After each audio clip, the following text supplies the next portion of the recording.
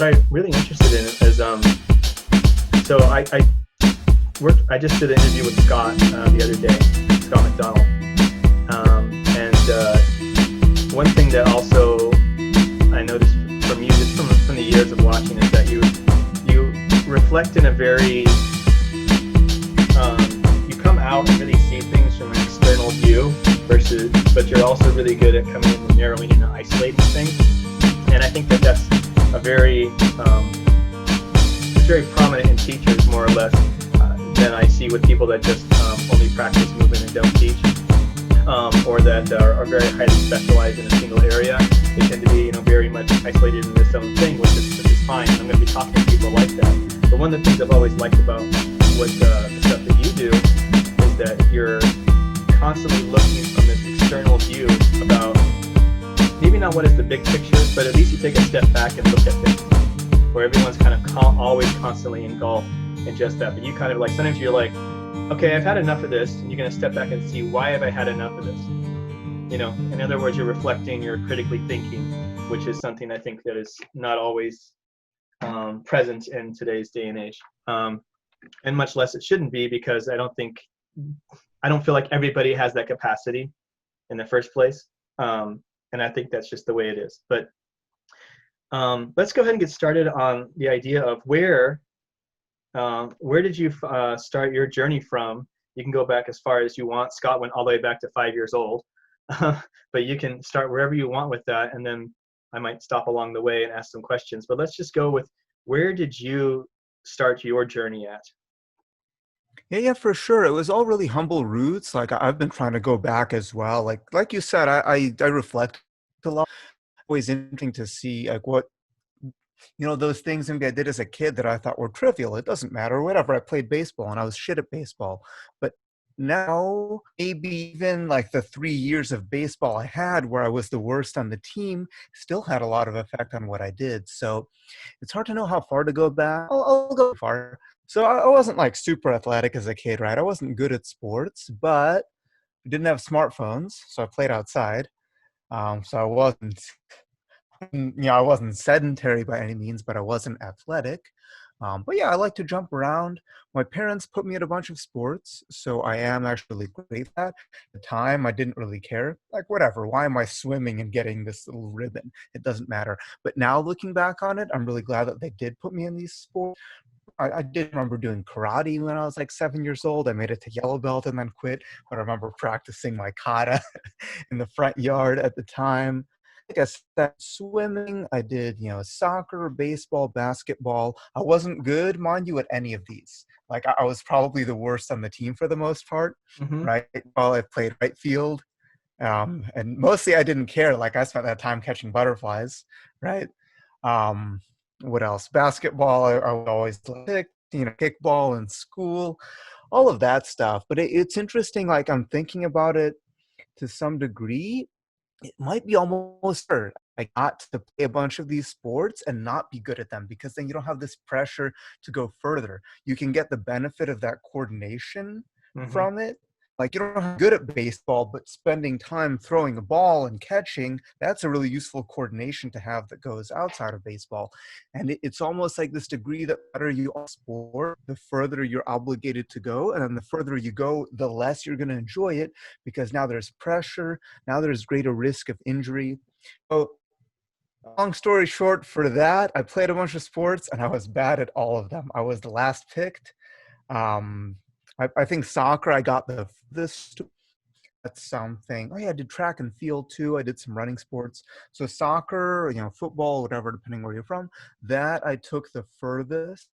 I did that all throughout the end of high school. And again, I was the least shit, I would say, at that one. I was still not by any means fast. Didn't have the strongest kick, but I took that pretty far. And I remember specifically, actually, I was on the JV team, and I was supposed to be a starter on this varsity team for senior year, and I fucked that up. And actually, I'm really glad that I did. So what was that? To get my driver's license, I had to attend these driving school classes, and I was at the point where I had to go to this class in order to get my temporary license into a regular driver's license.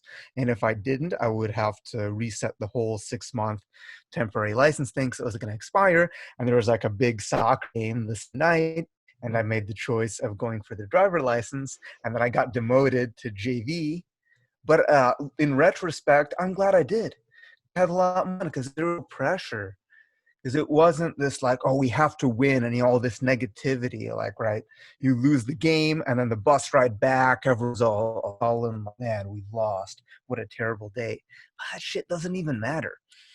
It's a Linkin Park Yeah. lyric, right?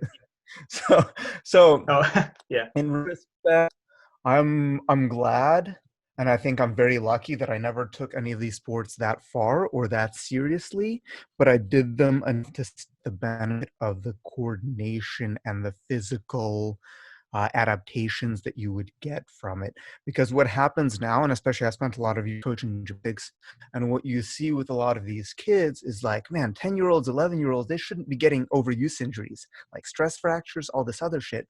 And part of it is because they do one sport, they do it really hard, and they don't take breaks. And it's like they're kids, man. I understand that in order to get to a high level, you can't just take time off, but if you're thinking about the overall health and longevity of the athlete, it might be better to take it easy. So going further with that, towards the, I would say like towards the end of high school, I got a bit more serious in fitness. I remember one of those winters, I think it was junior year, I got pretty lazy. And right, just to go on a tangent, also like I never did much strength training because I didn't care, but I remember my dad, trying to motivate me to do like basic calisthenics, pull-ups and sit-ups and stuff. And again, at the time I was like, whatever, why does this matter? But looking back at it now, I do appreciate the effort he put in, and I understand where it came from. It's always good to look back. So towards in high school, right, I started getting more into the whole fitness thing because junior year, and the I didn't do any sports, and I got real lazy. So I remember I Okay. was like, okay, I should do some stuff again because my body's getting soft or whatever. So I remember it was like hard to do push-ups. I thought, man, it shouldn't be hard to do 10 push-ups. I've let myself go. So I started just getting a bit more into calisthenics, into this the fitness lifestyle a little bit more seriously. So towards the end of senior year, I got into ultimate frisbee, right, which is not that different from soccer. You're running backwards a lot, but you're throwing shit instead of kicking shit. So I played in a league. I would say actually back then I was probably at my fast in terms of because I was still pretty light back then, and I actually trained a lot of running and a lot of sprinting. So then I went to college. Oh yeah, and then, going on a tangent here, but I've actually been meaning to like do a podcast about this very topic, so Okay. it's actually perfect that it's working out. Um, so if I go on far of a tangent, let me know because my mind's kind of all over the I place. love tangents. I live on them, so it's okay. Cool, perfect. So right, I started into like the martial arts, backyard, no, not formal martial arts, but I started getting into that also towards the end of high school. Just like watching movies and TV shows. I had a friend who did kung fu, and I remember I took a couple of kung fu classes at his dojo or whatever they call it, but I didn't really have any money at the time because I was just a high school kid, so I couldn't afford to do any kind of regular classes. So I went to like a couple classes, and then tried to do the training. And we'd like go in the backyard and kick trees and kick each other. Not another story. I remember specifically I watched Highlander the series with Adrian Paul. I remember Hmm. there was a moment that he got knocked down and he did a kip up, and I was like, whoa, this can do the move. Why can't I? Shit, I need Hmm. to learn that. So then I struggled for 3 weeks, just landing on my ass, but then I learned it. It's like, yeah, cool. High Yeah, five. there's a little thing that I wanted to do called skill story, and it's about a skill you saw and there's a story behind it. And that's one of those things that I think kind of falls into that category. It's like with me and the butterfly twist. It's like, well, and Power Rangers, and then I started doing it, or I saw the old kung fu era movies, and they were always doing stuff like that, and then when I went to tumbling on my first time, going to a tumbling and a cheerleading thing, I told them I want to try this, and they're like, okay, well, you can go over there and work on your Power Ranger move, and we're going to go over here and do back handsprings because that's what cheerleaders do. So Yes. I eventually did work on that stuff too, but I think it's funny how that kind of ends up in part of our history, the skill story of that. Anyway, Go ahead and continue. For sure. So that's got me to acrobatics and martial arts, and at that point, yeah, I started getting into the lifestyles. I didn't know what I was doing, but I was training a lot, just doing random stupid shit. I used to kick a box for my shins. Why? Because I don't know, I read it somewhere in a book on the internet. Why not? I'm trying to think what other. I used to eat in a horse stance because I Okay. watched a documentary where a bunch of Shaolin monks were doing that. So I was like, I yeah, remember it makes that. you eat really It fast. was over a spike, wasn't it?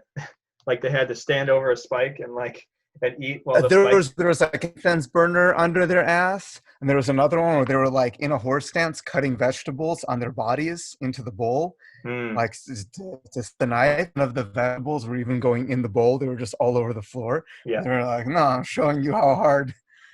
That was a good documentary. A lot of So in college, I had a bit more opportunity. I got into capoeira. At that point, I had heard of it. I had seen videos, from like the XMA and that. I thought, man, capoeira, that looks cool. That's like a really cool movement style, but I didn't know how to start it. And in college, there was a guy, he was a dance student, but he played Tekken. So basically, he was already a movement training, he was majoring in a movement discipline. So he just mimicked all the ordo moves. And he started like this unofficial club. So in college, I had the opportunity to start training capoeira. And I continued. I did like MMA club. I did some stuff in college. So I continued doing a lot of that stuff more seriously. I started getting into acrobatics more seriously. So I remember I learned backflip my first year of college after struggles and many crashes. But I was really proud of that. And I was really, really into it. So that's like I got obsessed with all of that. I kept going with it. The second year of college was interesting because the dude who ran the club had a family emergency, and he ended up leaving for that year. And I was like the most dedicated student, even though I had only been doing this for a year under the tutelage of someone who never even did the actual thing for me. Kind of took over the club and started teaching, mostly just because I wanted to keep going and I didn't want the energy to die out. No idea what I was doing, but kind of how I learned. That's kind of how you have to start learning anything, even in discipline like teaching. You just have to start it, and then you make mistakes, and then you learn to go. So kept going with all of that. Remember, I got my first pair of rings also, I think second year of college. That was like when they were first coming out of the scene in the fitness industry. The company was, I think, Elite Rings. Tyler Haas was the name.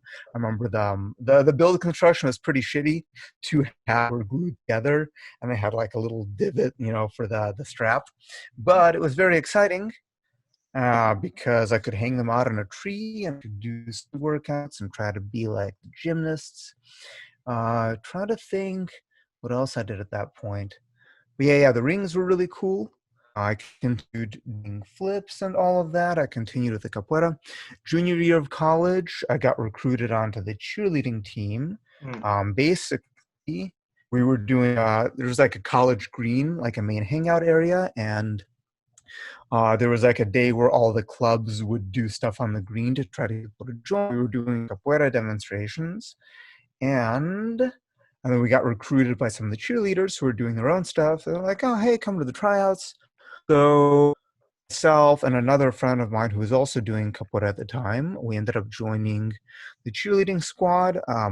At that point, I was still pretty resistant learning new things, and that's a lesson that I learned. I'm still learning, but I learned much later on. But basically, we didn't have access to any kind of like training equipment before the cheerleading thing. We had hard floor. There was a martial arts room in the college that had two panel mats, and then there was grass and sand.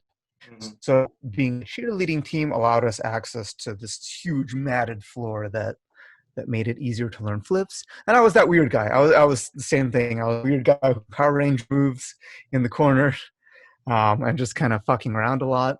But again, like I said, I would have, if I could redo that, I would have been more open to the new experience rather than just using it as a means to continue doing what I was already doing.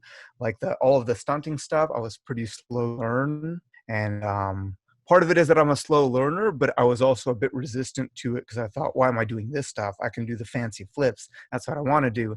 Should have been excited to learn the thing that I couldn't do yet. But all good. I did that for 2 years. That also got me into weightlifting. So before that, I was serious only body weight training, right? Watched too many Bruce Lee movies, even though Bruce Lee also lifted weights. But but I think I kind of like left that part out of my own thoughts. So, as part of the being a varsity Division One, whatever college athlete, you a weight coach and a weight training program, which is pretty brutal because we had practices. We had, especially in the fall, that was a rough schedule because we had practice 3 hour practices a week. We had a football game a week, which was like 5 hours of pretty intense work. Then we had 2 weight training sessions really early in the morning. On top of that, I was a college student studying physics, and I worked at a sushi restaurant. So What that type was of like physics? um, I never got my master's or anything, so I did a bit of just kind of general studies, and then what I did research in was radiation spectroscopy. So it's kind of the subject I went a little bit further into later on. Okay.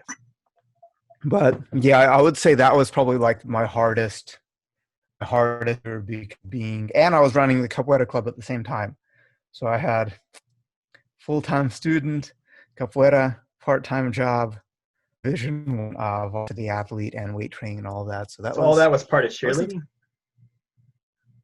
cheerleading was 3 practices, 1 game, and 2 training sessions per week.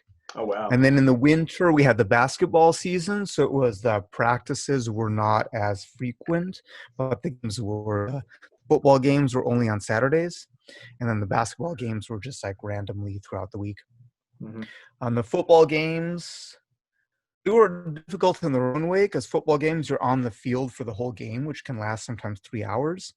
But the tumbling floor is a bit softer because we're on the turf. Basketball, it's a different energy. Still a lot of energy. But basketball floor, you got to tumble on the hardwood, which is a bit less on the ball. Also not as long. Like football games, sometimes it's cold and you're standing around a lot, and then it's like, okay, now you have to do something. And yeah, like I said, I was that weird guy doing, B-twist and random Power Ranger moves and kicks. I wasn't doing the standard cheerleading stuff, which I know the coach hated, but I thought I was cool. I thought I Yeah, was yeah. hilarious. Stood out. One in particular, it was like a big ESPN basketball game. And I also didn't like shaving my face, right? And that's also what they wanted. But there was one game in particular I had my beard grown out a decent amount for the winter, and then I shaved it into the Hulk mustache, the Fu Manchu, in preparation for the SPN football game. And then I show up to the field, and they're like, Yuri, well, you can't do this. You can't have this kind of facial hair on ESPN. I'm like, fucking stop me. You can't. Yeah.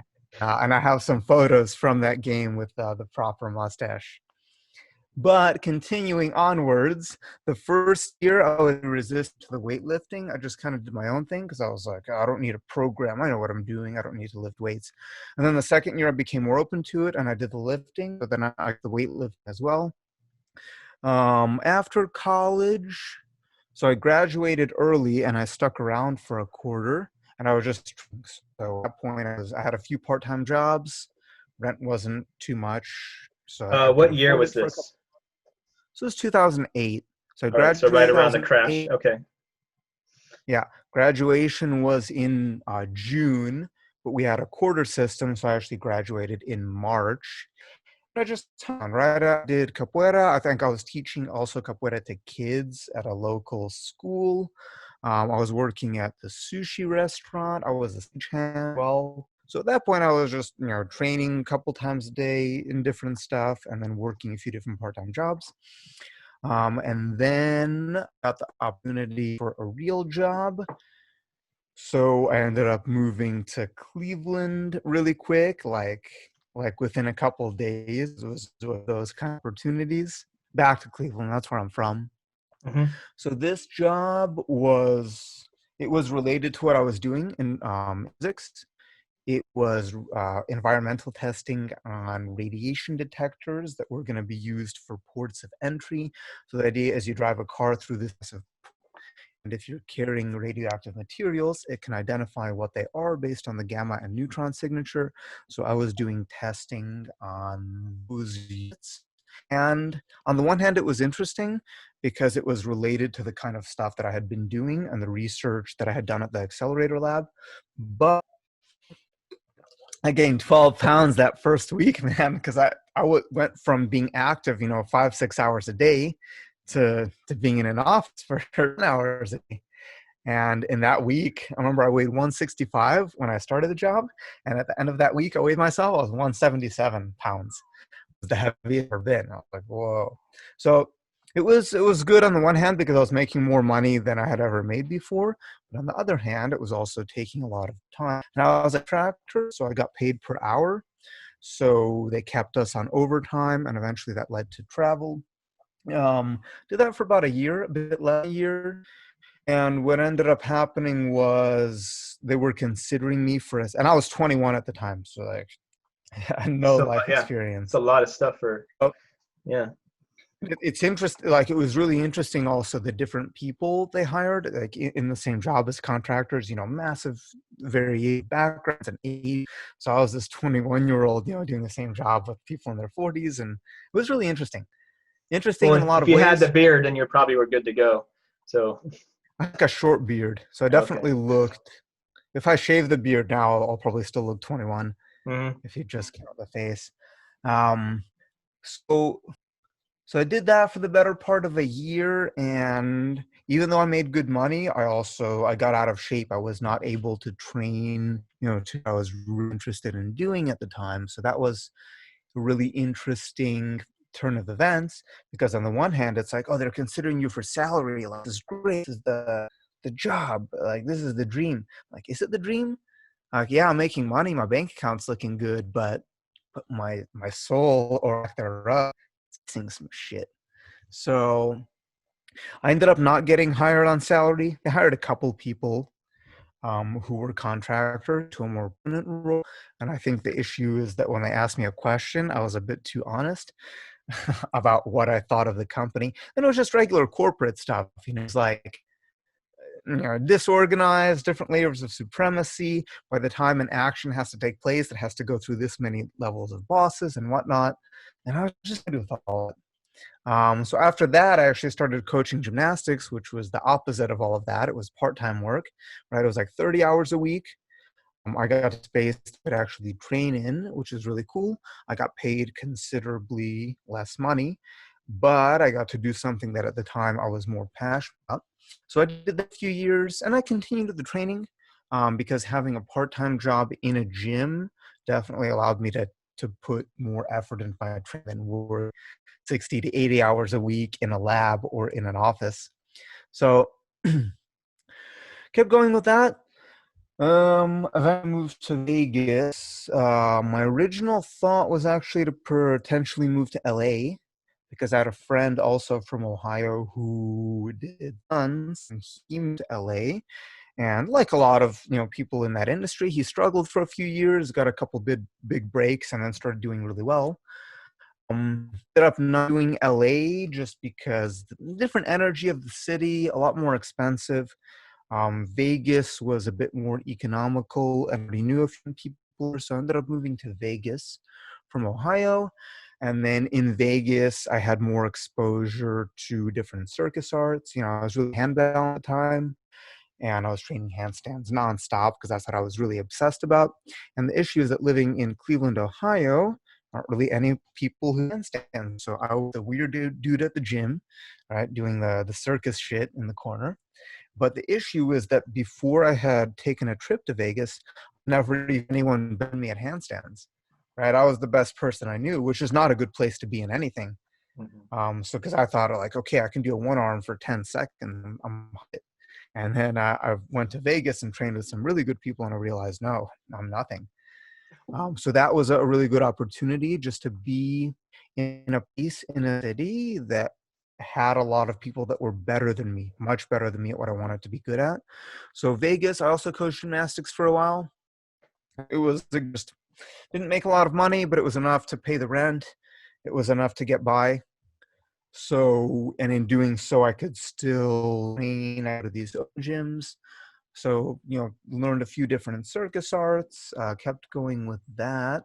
At a certain point, I quit coaching gymnastics and transitioned to more of what I'm doing now, which is mainly teaching. I do some performing, but that industry can be hit or miss. It's not a consistent industry. So ratio of teaching to performing is very high on the teaching currently. Just depends, right? It's like, you're on a roll, so you do that you're always to doing. And yeah, other than that, I'm always trying to learn something new. I'm always training different stuff. I try to do different classes, different movement classes, different non-movement classes. I think as a teacher, it's important to also continue being a student. It doesn't matter in where a student, it matters you play that role as a student, because it's too easy, and I've been there, right? It's too easy to get caught in that role where, like, I'm the authority, people listen to me. That's cool, but if you do that too long, you lose the connection, you lose sight of what it's like to be a student. So I'm always trying to do different things. Again, it's a lot of physical stuff, but also not physical stuff, because one of those realizations that I've also made is a lot of people get obsessed, and there's a psychology to it, of course, because if you're like me and you didn't have a lot of friends in high school, you weren't popular, you probably also weren't at school. There's still that desire to be like that, good at sports, to be part of that physical elite. And you want to train hard, and you should, but it's also understanding what you're trying to do your goal long term. And do you actually need to train hard? Do you actually need to get that good at something? I think it's good to have at least one thing where you do take it to a very high level, that perspective. But as I mentioned before, that's one of those things I'm really thinking about now. Is I used to be obsessed with, like, trying to get better and learning all new to the best. But do you want to be the best? Maybe. But it depends, because the sacrifices that come with it. And one of those things that I've learned is transitioning to business, transitioning to not only being a performer, an athlete, but transitioning to being more of a teacher, but at the same time running a business. And then you realize I can't just train for 6 hours a day like I used to, because now I have a lot of other responsibilities. And I remember I used to like bluntly rag on people who were businessmen, like, oh, their shit's not even that good. And then I realized, well, it depends on what you do. If you can all the time have someone else run your business, good, but if you're doing it, it's not as simple as it seems. And then to that degree, also, like, this idea of longevity, people want to be very high level athletes, and they don't realize the price that it takes. And a lot of these high level athletes also run the risk of burning out, much higher risk of injury. And if you're not a professional athlete, like, that you're getting injured for, is that worth it?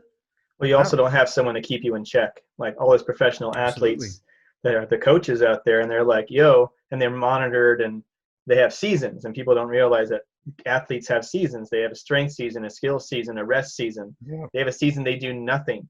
It's like it's and most of the solo athletes out there, they're expected to perform highly all the time. I remember one time this one guy had come in and teach twisting at our gymnastics gym to a bunch of free runners. And this one guy's like, can you do a double cork? Like right there. And like the pressure to do that, because you're supposed to be the master twister. Why couldn't you do that? And I'm just like, this guy's been up all night, and he's fatigued, and now he's being pressured to do a double cork, and he like barely landed it. I'm like, okay, guys, let's give a hand for this guy throwing that in the cold. But For sure, for sure. but I got out of that too. I remember, like, yeah, having this pressure to do it, and then you realize, like, if I'm doing all day, it's not like my training. My training might last a couple hours at the maximum. If I'm teaching all day, I can't. Yeah, it's a hard kind to, and I make sure as well, like, not to try not to encourage this idea of pressuring teachers to do their stuff. It's like, if they know their stuff, they could feel good, want to do it, they can, but it shouldn't be. mhm. It can be really rough. But that says something Being about pressured to students do too, something like cold like knowing that. how to be a good student. Like, and you don't see that. I mean, you don't see that with like in martial arts and stuff, because you're expected, like, the teacher teaches you what they want to teach you. A good teacher can see what you need to work on and will give you that. But you have this respect of teacher to student to teacher, and you're not going to go up to the grand master and be like, can you break 5 boards? you know Right. it's like, if there's this lack of being a student that's out there. And I'm glad people are asking questions and are a little bit radical sometimes and a little bit rebellious, but at the same time, there needs to be that step back away from fanboyism and kind of respect that this is a human too that you're talking to, and that But it's good. I think it's good also for a number of reasons, because as I'm getting older as well, like learning to teach without demonstrating, yeah. right? Because Mm-hmm. at one point, right, if all you can do to teach a skill is to do it and show, that's great, that's fantastic. But there's a deeper level than that, and then it's like, because it ended up having to teach through a number of injuries. So it's like, okay, I can't really, either I can't demonstrate the skill that I'm trying to do, or I can't demonstrate it really to the quality that it deserves. How can I still help people to understand it better? So there's definitely like a level. I think you should be able to demonstrate them that you're teaching, but as a teacher, you want to have the skill that you can still teach them to a very high level without actually showing them, without doing them, Yeah. either using the students, doing drills, or a number of techniques. Mm-hmm. There's this one TNT tumbling and trampoline coach that I was an employee of his for a long time, and I really admire him because he went from being someone that he did basketball and aikido. Those were his major things he did when he was younger, and he successfully was able to become a world-class tumbling and trampoline teacher. And this is a hefty guy now. He's had a couple kids. He's gained quite a lot of weight, and he's a bigger dude and he's taller. So I mean, he can do like a seat drop and like a hands and knees drop, and you can show those very foundational things. But people told him he wasn't going to be able to teach people to a high level. They told him that, and he was like, "Oh yeah, well, watch me," And so exactly, and he was eventually he brought his son to an elite level, and I knew his son. I thought I know his son in his first backflip. I never thought he was going to get to an elite level, of being able to do anything and go into worlds or anything. But it just shows that yes, you can teach people to a high level without actually having to do it, especially in the acrobatic realm, where I mean, you can't be expected. Number one, you can't be expected to do all the moves, right? Like, there's no way, because then, and if you do, you're probably good at them because you're probably too focused on your own training, which again is also fine. But yeah, this expectation, and I got asked that question recently too on Instagram. It's like, do you feel confident teaching moves that you can't do? Absolutely. If it's a move that I have experience with and I know how to analyze, like obviously some movements I don't feel qualified to teach and I want to learn this. I'm not the best person to teach you that. But at the same time, even though I can't do this move, I'm happy to work with you on it because I understand the process behind it. yeah, it's the process. I think that's Yeah. the biggest thing. I want to go back. When along the line did you start getting more active online in forums and starting to kind of help guide people around? Was that around the same time you started your gymnastics career and starting to teach more of that? It was around the same time. I was on the tutorials forum for a while, and that was a tricking forum created by Jujimufu. That I think I was on that since 2004, but I wasn't really teaching people. It was just like a bunch of kids trying to learn flips in their backyard, and then showing each other the new flips and kicks they learned. So that was more, wasn't any kind of professional realm. That was just like a fun internet community to be part of. Mm-hmm. I would say around 2009 or 2010, was back then the Gymnastic Bodies Forum. And I think I actually found it initially because I was dealing with a wrist injury and I was trying to find resources for it. And I think I remember seeing some of Ido Portal's old posts on there. So then I ended up joining that forum, and then I ended up being a big platform teaching capacity. I eventually taught sections of those seminars before other things happened. There's a falling out, but that was 2010, and at that point, yeah, I had no idea. Like I was teaching gymnastics for work, but I had no idea I was going to bring later on what I'm doing now around the world. I would say I started kind of marketing more. So I quit my job and doing the whole shops thing in 2013, and that was when I created my Instagram and my Facebook page and my website shortly after that. So that was when I transitioned into a full-time teacher and online. I was still online a lot before 2013, but that's when I took a more professional degree. Okay. And then when did you start to travel? Like, when was that a thing that like you said, okay, this is possible? Yeah, so that was also 2000. It was before I had a couple kind of experiences before 2013 where I get invited to teach workshops at a few places just because of the stuff I put out online. Those were very much experimental. I had no idea what I was in the business. It was just like, wow, they're paying for my flight. Cool. So I taught at a couple places. I taught I taught at a place in Long Island, New York, which I didn't get a lot of people signed up because I didn't know how to market. I taught at a studio in San Francisco and with a friend of mine who was a college gymnast. So we taught kind of like a dual handstand gymnastic strength workshop. We didn't get paid for that, but they covered all our expenses and all that. And I thought it was, it was still a good experience. Nothing Mhm. wrong with that. I don't have any negativity there. I taught at a couple places in Cleveland because that's where I would go to visit family in there. Um, so that was like the initial kind of. Oh yeah, and I taught at the gymnastic body seminars as well because that was in Arizona, so pretty close to Vegas. So those were kind of my. Of course, I taught some local classes in Vegas. I taught a lot of kids and adult classes, but those were my first workshop seminar type experiences teaching. And then in 2013, when I started doing it on a more professional level, basically a couple guys in North Carolina invited me to do a full weekend seminar at a CrossFit, and they helped a bit with organization at the time, right? Because at that point I had no idea organizing like that. So it helped a lot, and that was my first ever weekend seminar that I taught was in Charleston, South Carolina. Yeah, I think it's South Carolina.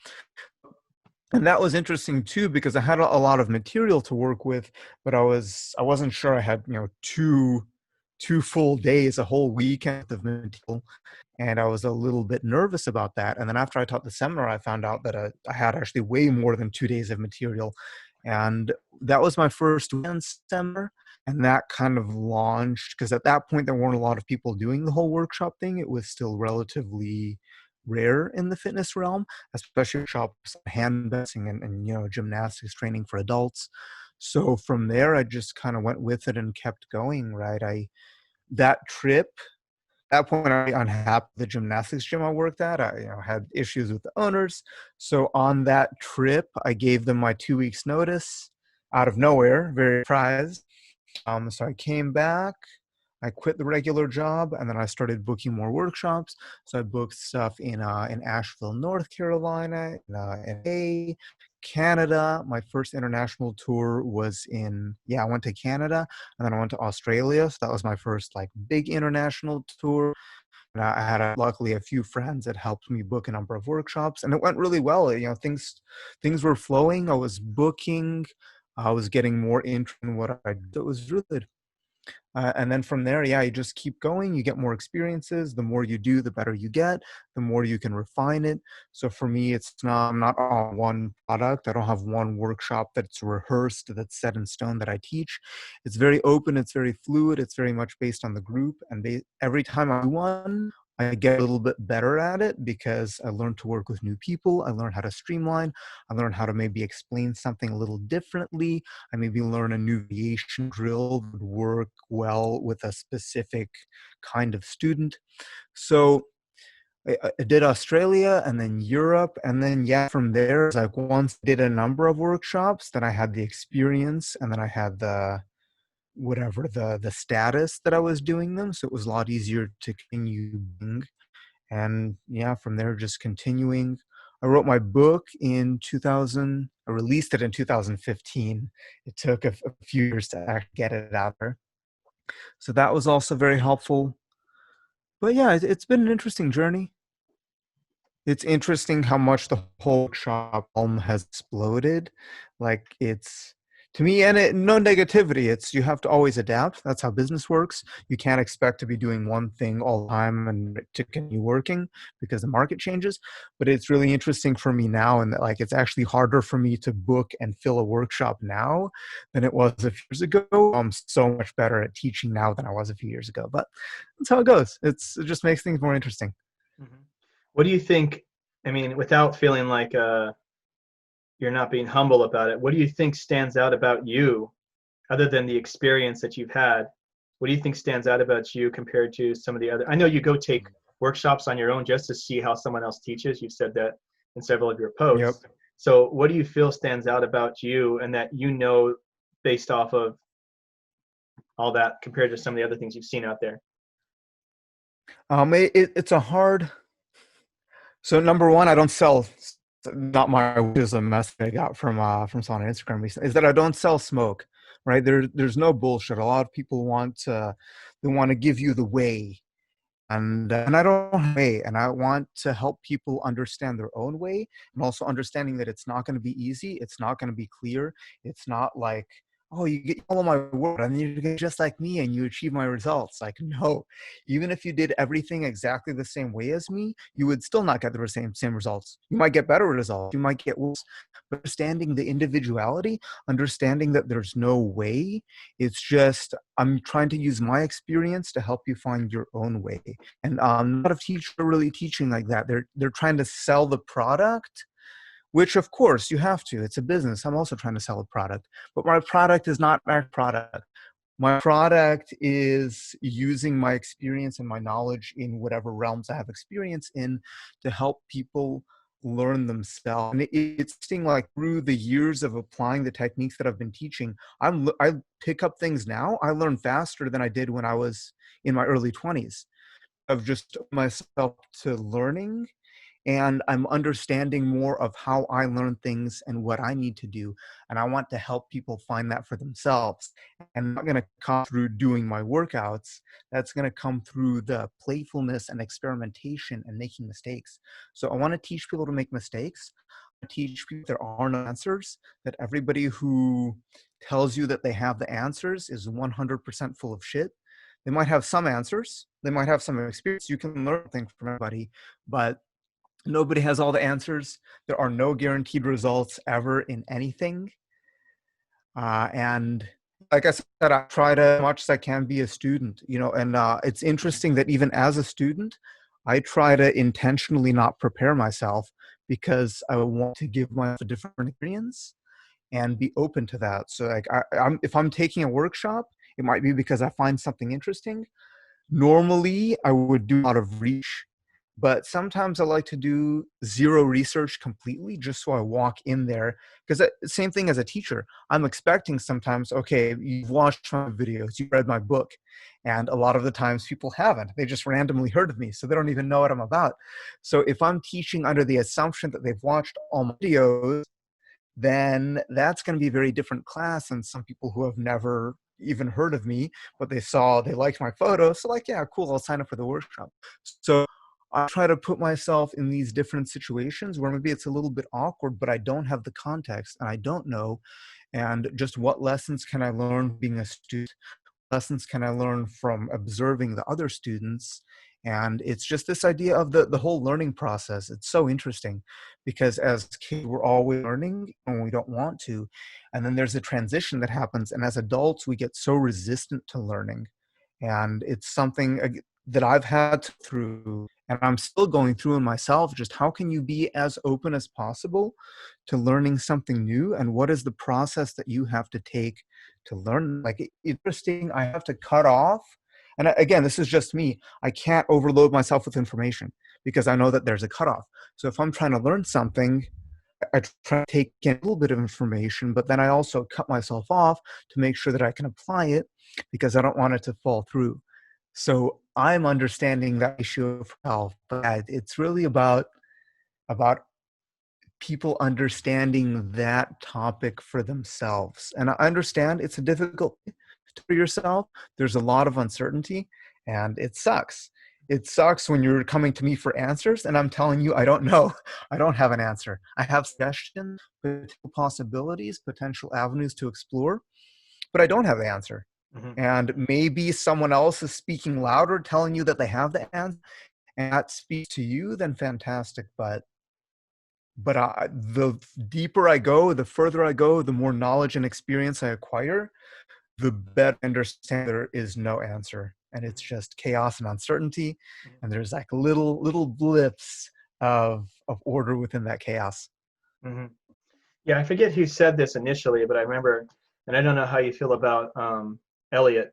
I think it's Elliot Hulse, his name. I don't know. He's an online strength person, and he had his own book, and eventually he stopped doing stuff online. But he said, "I'm just a fool that makes art." That's all he said, you know. And to put that in perspective, I think that goes with a lot of things. It's like, well, we get encapsulated by this idea, and we start to play around with it, and suddenly people are asking us about that idea, and all you can do is give your best answer. But if you're thoroughly thought about it, then usually you're going to always steer that person toward what you actually know. And if you don't know, you don't know. But I think people oftentimes, and I've done this so many times, is they create this persona of somebody. Like, let's say they really admire somebody, okay, online, and so you create this persona of all the great things, and this is the what you idolize about this person.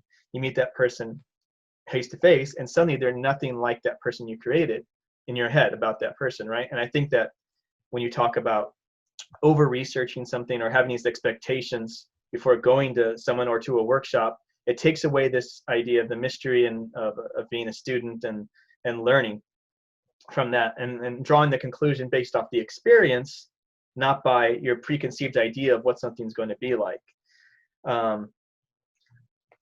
What I'm coming around to saying with that is that you were earlier saying that people don't they like what you do as when you go to a workshop, right? You sometimes don't even research the workshop before going to it, because you want to go into there with a blank slate, so to speak, and then get the most out of it from there, versus thinking you're going to learn something there. Like, let's say somebody comes to yours and expects to learn the one-arm handstand, right? That, and then but you realize based on the group dynamic, they're nowhere near even working toward that at the moment, and they need something completely different, right? So then they may say, well, he didn't even teach the one-arm handstand, or that kind of thing. And it's like, well, first of all, you don't get taught the one-arm handstand. It's a process. And the first thing, you teach yourself it in a sense. But it's to manage his expectations too, because I don't do it as much now, but I used to ask people, like, what do you expect from this? And a lot of people say they have no expectations, lying to themselves. A lot of people say that I'm open to learning anything. No, you're not. A lot of people want validation for what they're already doing, because come into a world already being able to do something. And like, for me, again, it's a hard place to be, especially if you've already gone to a high level at something. It's hard to bring yourself down to this level, awkward. But there's so much there. There's so much to learn there, and you have to appreciate that. But you also have to not lie to yourself. Like, if you go to work because you like somebody's internet post and you just want to hang out, there is nothing wrong with that, as long as you're honest with yourself as to why you're doing it. Mm-hmm. But same thing, you can't. The words and the intention behind them are important. If you go to a workshop because you think you're already good and you want the validation behind it, that's also okay. But you can't go saying that you want feedback and criticism and then not being open to taking that. But yeah, the perspective in a student with a number of different experiences and in different realms, and getting this, like, that frustration. Right. I remember taking a martial arts class, and we were doing some combo, like a Kali combo. Right. Okay. And I don't really do much of that. So I just remember feeling like, of course, doing it for years, so he's like, yeah, I just do this and this and this. And all of us in the class are like, it's such a simple combo, yet none of us can do it. We're all getting really frustrated. But it's an important place to be, because if you don't feel what that's like, how do you know what someone else is going to be there? Someone else is going to feel that in their handstand, in their wheel, like, can't get right. So, and sometimes you just have to keep doing it. Sometimes you have to slow it down. Sometimes it randomly clicks, but you have to learn to feel that frustration, feel that awkwardness, understand that no matter how many things you're good at, you're still going to be shit at something else. Yes. And the thing is that if you continue to do only the things that you already do, you don't learn anything, right? The brain doesn't start to build those new neurons and synapses if you continue to do what you can already do. I was reading about the brain health and brain plasticity, and it was really interesting about how it already wants to do what it's already done. So you continue to allow it to do that, you actually make zero growth. Mm-hmm. So you have to take the effort to learn something new, and it's different, especially, like, there's a bit of ego involved, because let's say If I'm already, good at handstands, and then I take, just as an example, so I'm really good at hand balancing. I'm not saying that, but let's say I am, Yeah. and then I take a capoeira workshop where it involves handstand, but a very different form of handstands than what I'm used to. And then all of a sudden, I feel like a child again because I'm shit at this, because I can hold a one-arm handstand, but I can't do this combo in the hand throwing kick while looking at my opponent. And all of a sudden, what I thought I was good at has now been broken down again. How do I react? Do I get mad and off because the teacher was trying to pull a fast one on me? Or do I appreciate that there's more to learn, even in a subject that I thought I had previously mastered? So it's all about adding in perspective as well. It's so important. And like I said, I've gone through all of those. I've gone through all of those negative phases. And I still do sometimes. I still feel them that I realize, no, it's just perspective. And to realize that you're not good at something, it's a good thing. And then it's an even better thing to actually want to take that to be better at thing, even if you never get good at it. Yeah, I like that. Um, so like recently, my wife does aerial acrobatics, and so I got more involved in that. And it was one of those things that was really annoying to me because the patterns of, especially aerial silks, I imagine myself, if I did anything, I imagined myself doing straps because I'm like, it's the closest thing that relates to rings that I can think about in aerial. And and I remember when I first started doing silks, I was so frustrated because one, I'm so used to falling without something wrapped around me. So when I'd be like, oh, I'm falling this way, and then it throws you back the other direction, and you're like completely taken aback by that. And she's like, well, just let go. You had cinched around your hips. I'm like hell, it's cinched around my hips. I'm not letting go. So I went through this huge, like, fearful, somewhat egotistical thing because she also moves a lot more flowy than I do. And I'm not going to be the same mover that she is in it. So I'm constantly grading myself against her way she looks while she's moving, and I'm thinking to myself, I'm like, great, I'm trying to look like this piece of bamboo, in the wind. And I look like a tree trunk that's just kind of like, doesn't quite figure it out. But it took me, I remember when I first was able to stay up there for 20 minutes and it made me feel, what it feels for that. And I don't, it's still a very extremely basic thing for me to do at the level that I do it at. But the idea that I was able to accept that these things are going to be different. And once I started to do that, I was able to finally move forward with it and actually learn something from it. But I was so like apprehensive. Plus I was chasing after just single skills and not realizing that it's about a connection, connecting things together. Some people want to just do single skills and that's fine. I was like, or there's skill bots, and I have nothing against that. But a big part of what I was trying to learn from her for performance work was how to combine things together, how to stay up for a longer time and not be so like convinced, like, well, once I get meat hook to shoulder buster, then I'll be an aerialist, or like thinking in that kind of manner. And so I think that it's an important thing as well. And you realize, and then you also, from that understanding, you start judging based on what you know, and then you develop an appreciation for the people that do it. Like I'm using handstands as an example, right? If let's say you've done a lot of reach on hands and you've taken lessons, so you know all there is to know about the handstands, and then you go judge someone's handstand performance, and then you say like, oh, he's a little bit shaky there. I don't know. I saw some balls. You judge on one part of it, on one handstand. Whereas like this dude just did a 5-minute act. You were watching him the whole time and you noticed one tiny mistake. Like that's pretty good. It's you learn to appreciate the details that you didn't even know about. So I think, and I try as much as I can in my teaching as well. I was that guy. I was like, oh, I'm judging the technique of that one handstand. And then all of the other stuff he did that was also amazing. Yeah, made some mistakes. People make mistakes. If I did the same thing, I would make a ton more mistakes. So it's, being appreciative of those details. Do you have any dance background at all? That you take any form of dance piece? I mean, I know capoeira has dance elements in it because I did capoeira too for a long time. But I'm just curious, like, did you have any other types? Did you explore any other forms of dance? I did contemporary, modern, and ballet too. So I wouldn't say I have a dance background, but I did take classes for a few years on a regular basis. I'm back to it. I think I'd actually do better now because I'm more open to the experience. Yeah, so I did some ballet, I did some contemporary, I did a little bit of dance. And like I said, I thought nothing to any kind of high level.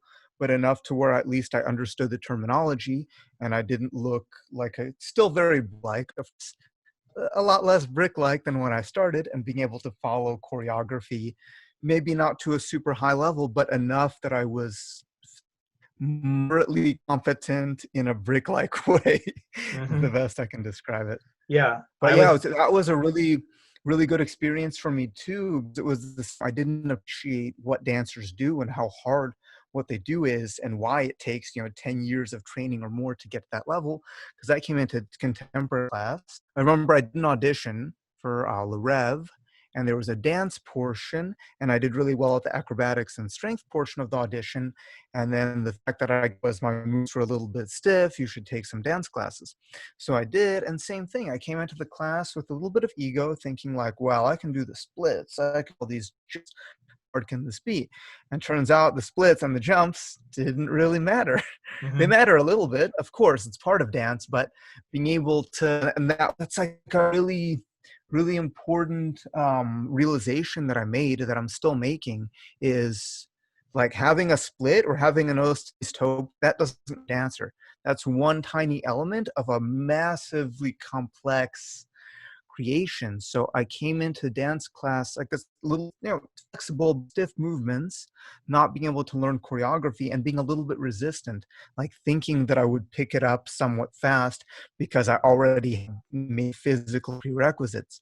And I wasn't thinking about the skill portion of it. And it took a good, couple of years of going to a couple classes of, and then I started to really appreciate, like, okay, dance is actually really hard. Even Yeah. after doing it for a couple of years, I'm still not at a high level. I've made massive improvements, but there's a long way to go if I wanted to pursue this. And now I appreciate my teacher who, put in the 10 years of effort as a kid and then another 10 years of dancing professionally as an adult. I can now appreciate the details and the subtlety and the work they've put into what they do, and even how they move their hand in one way Yeah. I replicate because it took them 10 years to learn how to move their hand in that way. Are you familiar with uh, Laban notation, or within the contemporary field? Okay, No. so I was the other day. So Laban notation is a way that they write dance. So it's like you have to get a doctorate in it. It takes a long time because you have like a circle means something, a square means something, a circle with a slash next to it means something. So it's a whole form of learning how to write out dance. I'm sure they've made way better ways of doing it now with the advance in technology, but before it was you had to write this stuff out, and it was a way for them to catalog choreography and movements down to a T. But then they had to categorize. Obviously, an arm wave is never an arm wave in dance, right? So like an arm wave can have a gradient of ways that you do it. They might be a sharp arm wave. It might be like a waving, like literally a waving arm wave. It might be like a bouncing arm wave, And so they had all these different ways. And I remember the other day, and I'm talking about this because you said that the way they're expressing a movement can be done in multiple different ways, and I think that's where the disconnect is a lot from people that just focus on specific acrobatics things, and there's no gradient. It's just, this is the skill you're developing. There's no gradient of the things you can do to get there. But I watched this video, and it almost like was really weird to watch because they had 5 different ways of writing something down, and they wanted to show the differences in the way the movement looks for writing it down. And it almost like you look at it, it looks like they're doing nothing. But then once you watch it like 10 times through, you can start to see these small, intricate differences. And I bet only like people that have had a background in movement or dance would probably start to see them anyway. Because the comments below were like, what did I just watch? Because it's just literally somebody moving their hand like this. And then the next one was like that. And the next one was that, and like these little tiny, small, little different intricacies. And that's where dance, I think, is kind of this huge differentiation in the gradient of how you can move versus just doing a move.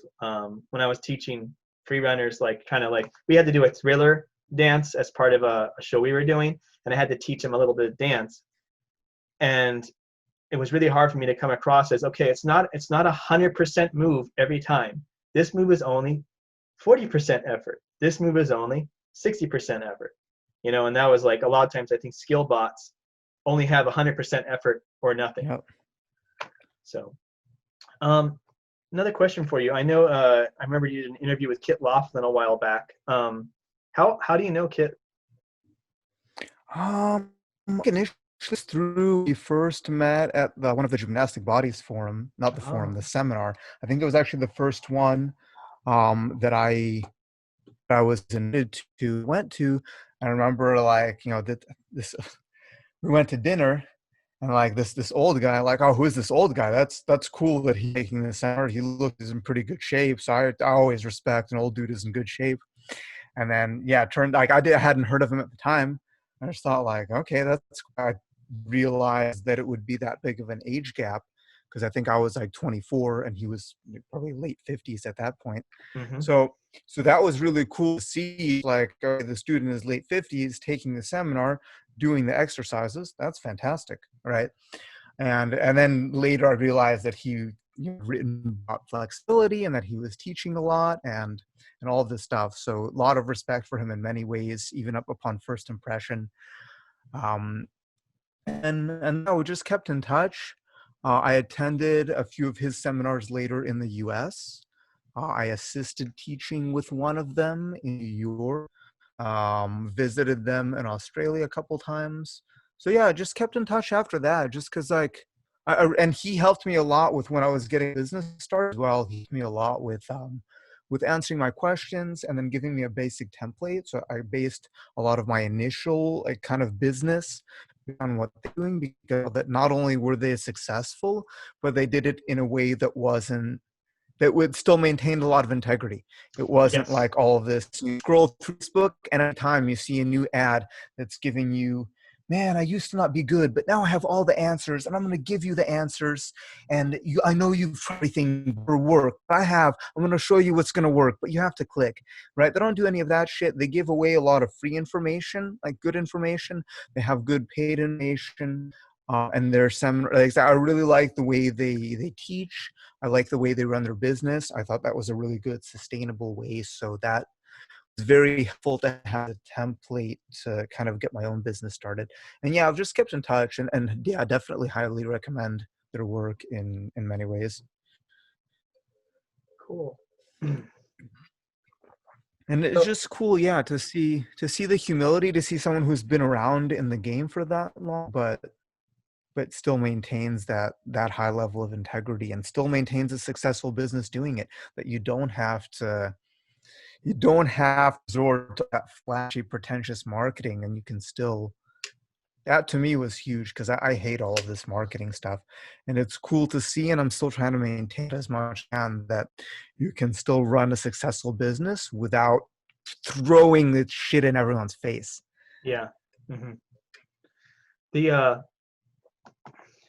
when I met you in Vegas, um, I'm gonna kind of shift gears here real quick, kind of following some current events. How much have you been following the situation overseas in China and things going on with that? In February, after I'm back, I think. Hmm. I was out. I Yeah, don't that's know. So I got back. I was on travel in the first February, and that was kind of like when the whole thing was getting started, but I didn't know how serious it was. It started escalating a little bit on the way back from I passed through Norway to get back to New York, and they didn't take my temperature or anything, but they asked if I had been in China the last 14 days, which I hadn't. So at that point, it wasn't super serious. And then as I got back, it started escalating, and then I was supposed to do a tour of Asia at the end of March, which I ended up canceling. I actually canceled it before that just because I didn't get enough people signed up to make the travel cost with it. But I wouldn't have, based on what happened, it was a good call because I don't think I would have gotten more people signed up. Then I ended up canceling more events, had planned for spring and summer. So I've been following it, still looking to see what happens because I've lost a lot of events. So I'd like to reschedule them, but I want to yeah. deal with potential uncertainty Hmm. or risk. Yeah. Well, it looks like like you said, you had a lot of things already set up, and I think the life you were currently living anyway kind of was geared toward a situation like this in the first place. Uh, I mean, I myself wasn't affected too much in the way I do business because I work with special needs kids, and I switched some things to Zoom, and I like had two other clients that wanted to see in person, and I just cleaned my equipment afterward.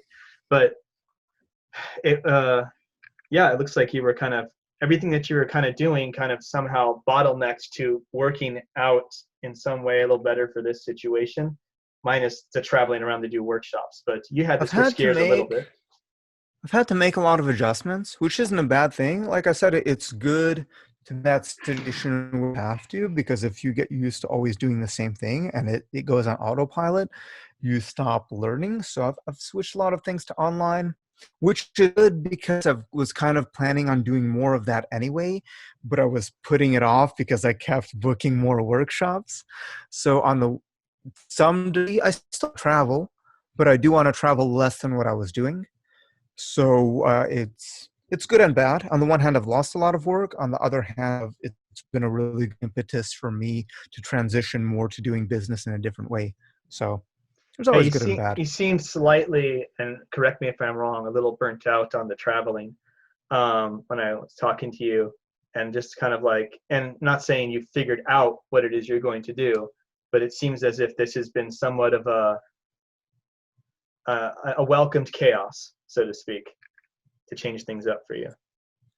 Yeah, it does get rough, especially when you travel all the time, and a lot of people and obviously I'm not posting about the negative aspects of the life, but there are a lot of them. I'm not complaining, but at the same time, it's all sunshine and rainbows when you're traveling and you have to teach and you're dealing with, differentials of sleep and diet and potential injuries and jet lag and having to put on a certain energy, and then of course being behind on work. So it's not easy. To some degree, it was good because I had all these travels planned. Now it forced me to be at home longer. So I've been at home longer now than I think I have been in many years, which it is a good thing. Because now I have plants growing in the backyard. I've been able to start a couple projects that I've been wanting to do that I haven't done yet because travel gets in the way. So that's cool. I'm ready. I'm ready to start traveling again, but it's been a welcome time at home, and it's been a way to introspect and then plan how much I'm going to travel in the future as well, because that was kind of the goal that I was starting to have, was transitioning a lot less travel. So it's been, yeah, it's been interesting being at home in a lot of ways, good and bad.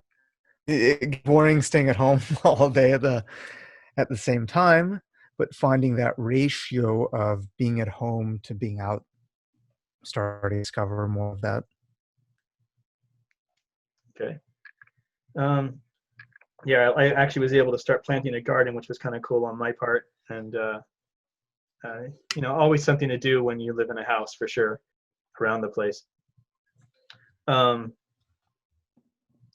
Trying to think here. So I know you said you've done a couple of things with jujimufu, and were those just kind of like, hey, he just said, hey, do you want to do this, and then you just went along with it, or was it like, what's your relationship with him in that level? It seems like you guys had similar paths. You do a very different thing than he does. Obviously, he's more into in like entertainment and kind of like showing that, and maybe a little in a sense some lifestyle stuff. But I was just curious, like, where do you find your paths kind of work out well together? Well, so I knew him from the tricks tutorial before. It's, Yes. super famous, right? He ran an internet community through tricking, and that's where I initially knew him from. So, like, a few people on that forum had met him. I actually hadn't met him until he visited Vegas. We had talked online. He visited Vegas at the point, and that was when I first met him. And then Okay. he started getting big with the chair splits and, and his YouTube channel and all of that. So yeah, at a certain point, we've been in touch. And then Tom, I got the guy who does a lot of all of his video editing and all of that, Yeah. had some ideas. So, I came out there, they came here a couple times, it was fun to do. Yeah, different things, but it's always good. It's good exposure to do those kind of collaborations. It was fun to film some parody stuff that a lot of people took way too seriously, but that's all Yeah, good. yeah. I mean, I imagine you do a fair share of reading actual books. Um, is that a fair assumption or no? I do a lot more audiobooks. I find it hard to sit still for a long time. So Yeah. so I'm typically not reading as much text. I watch a lot of videos. I listen to a lot of stuff. I read some computer. Most of the books I consume are in audio format, just because I listen to them when I drive, and I'm already driving. I'm already sitting. I'm already going somewhere, so it's not I have extra time out of my day. And honestly, most of the books I read are stories, so I don't do a lot of like self-help or instructional books or anything like that. Mm-hmm. Uh, like the fantasy and the sci-fi. I like a good story. Helps keep me awake on the drive. Helps give a different perspective into another world. So that's the kind of stuff that I like. The realism, the self-help books. Like maybe I can figure that shit out on my own. Yeah. I'm not going to be riding dragons or, or flying through space or. So I like the fantasy. I like a good story. Hmm. Yeah, I feel Going through the the story element has been lost a lot with all of our kind of realistic based um, economy and the way people live these days. It's like, well, that's not real, so it doesn't matter. And it's like, well, that's all that mattered before was all the stuff people had to make up to explain things they didn't understand. So I think yeah. it's a very huge part of that we're missing is the magic. Just going to another world that somebody created like in their mind and went through all these details and the storyboarding. And again, it's just appreciate more than just words, and appreciating how much effort went into not just the book but creating all of the characters and the plot and the whole world behind it. And yeah, it's a bit of an escape, but I love, like, since I started doing audiobooks, I actually enjoy driving now, and I actually enjoy doing long cards, right? Like before I used to hate it, and now I don't necessarily love it because I'm sitting for a long time, but I don't mind at all driving for a few hours because then I get to listen for audio listening. And if it's good, that drive goes by like nothing because I'm into the story. Yeah, for sure. Um, the other one was so you said most of the stuff you listen to is fictional. Sorry, yeah, it's fictional. But Yeah. so what in your journey so far, where did you kind of collect a lot of information from, other than from gymnastics, actually teaching it and maybe being taught a little bit more about that in the background? Where do you feel like you kind of started to piece together things about understanding of mobility and understanding of uh, a strength development, or understanding the nourishing need for movement and different types of movement and novel movement, and the, like you said, the neural connections and learning something new? Like, is that something you just kind of figured out on your own because you're like, well, why not? That makes so much sense. Or is it something that you heard and then you kind of played with it and tinkered with it and said, this is what I've kind of figured out in my own way to explain it? It's a bit of both. I'm mainly self-taught in everything I do, but that doesn't mean I haven't had a shitload of influence from hundreds of different people. So I do a lot of listening, a lot of observation. I try to remember stuff, but more so I try to apply that in my own context. So one of the things that I try to avoid as much as I can is this idea, because I used to do that a lot, because I wouldn't go through the effort to form my own perspective and opinion. And to some degree, it was almost like a social thing. Like I was afraid to say that I didn't know, that I haven't heard about something. So I would accept other people's opinions as my own. So in contrast to that, I listen to what people say, I observe what they do, and I try to replay that and then build my own perspective based on it. A bit of both. I do a lot of thinking and how to connect the lines and how to connect what different ideas that different people have, but very my own process, because it's not that I'm doing anything new compared to anybody else. It's that I'm trying to filter it through my own experience so that when I say the same thing that many other people are saying, because it's what it is, it's not a regurgitation. It has a different flavor because I've put my own spin onto that. So I try to make sure anything I hear, anything I do, I try to learn, I try to apply, I try to apply to self and practice, I try to apply to others.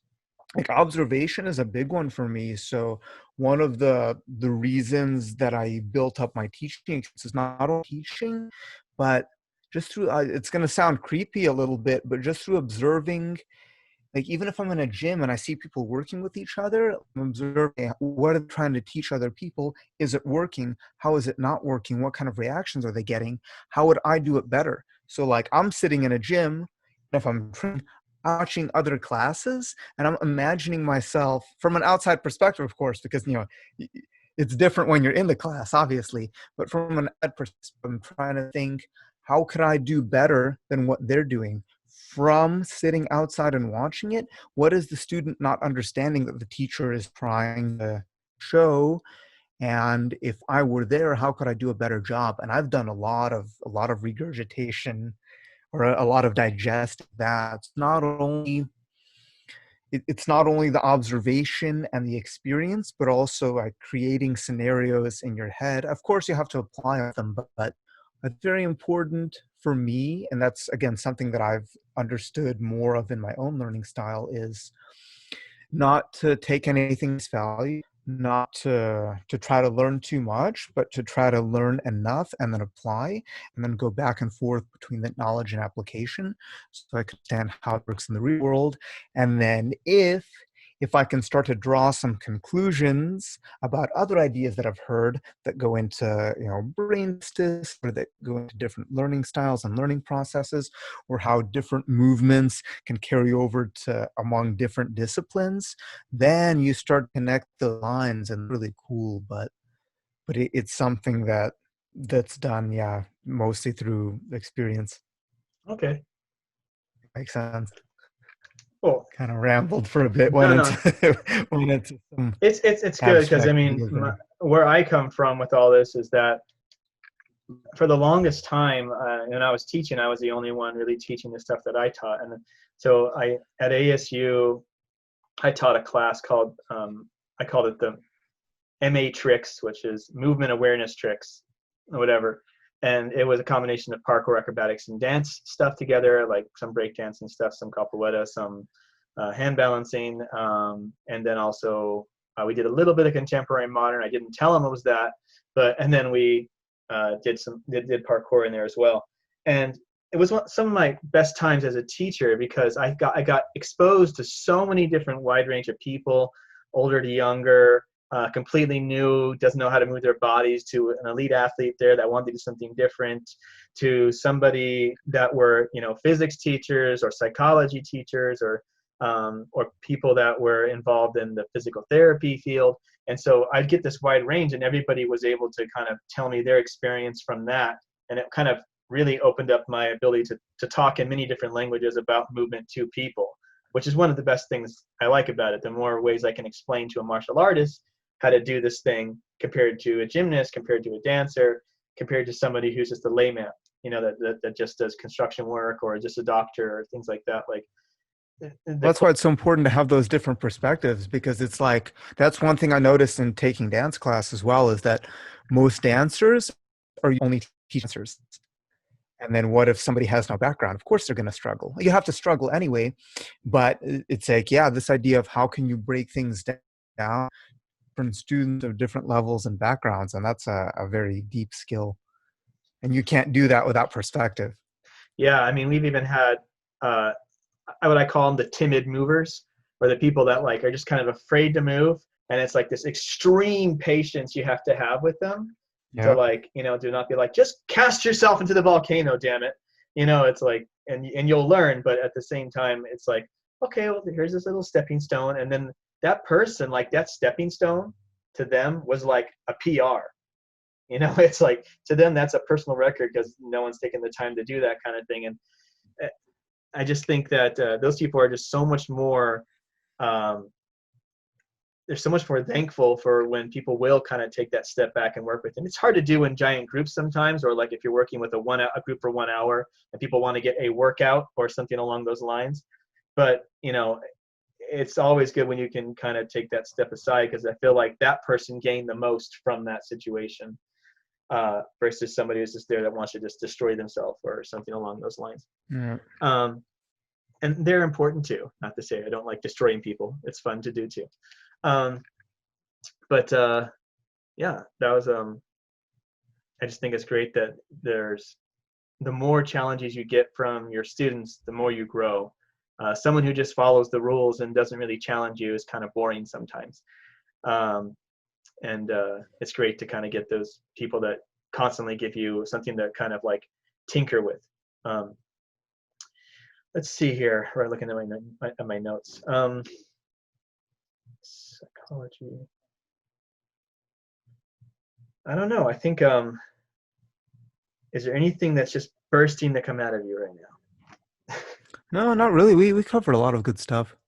I guess on that last note is like that experience. That's something that I try to really incorporate in with my own practice as a teacher and as a student and with other students is that I chaos. What happens when somebody does something unexpected on both sides? I like having that opportunity to react to it because that's how you grow. That's how you. It's the same thing we talked about.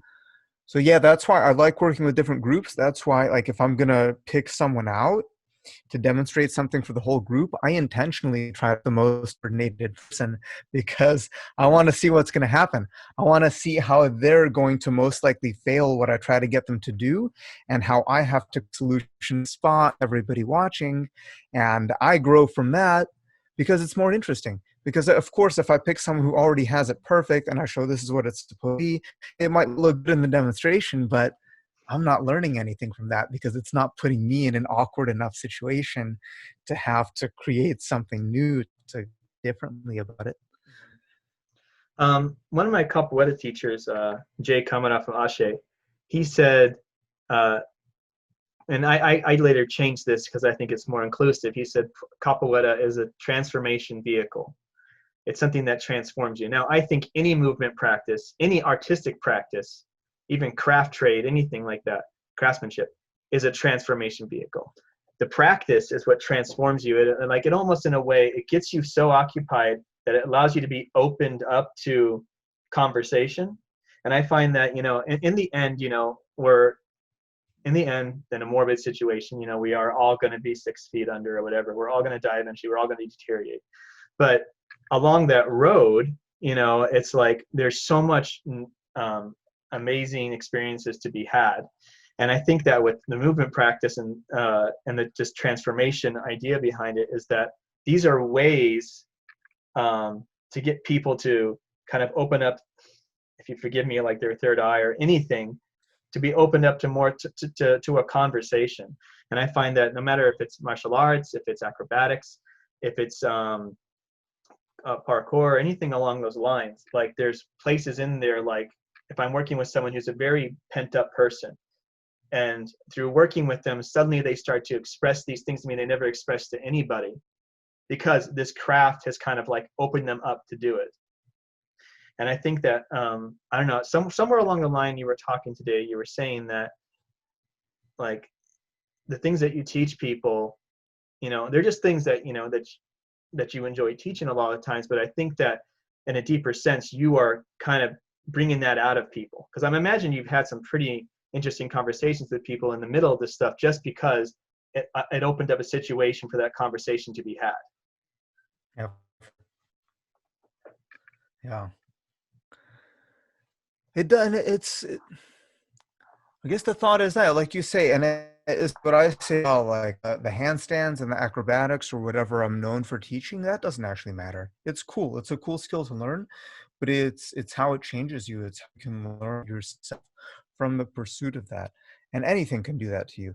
It's just this idea of you take the effort to practice something and get better at it, and through that practice, yeah, like you said, it can change you as a person.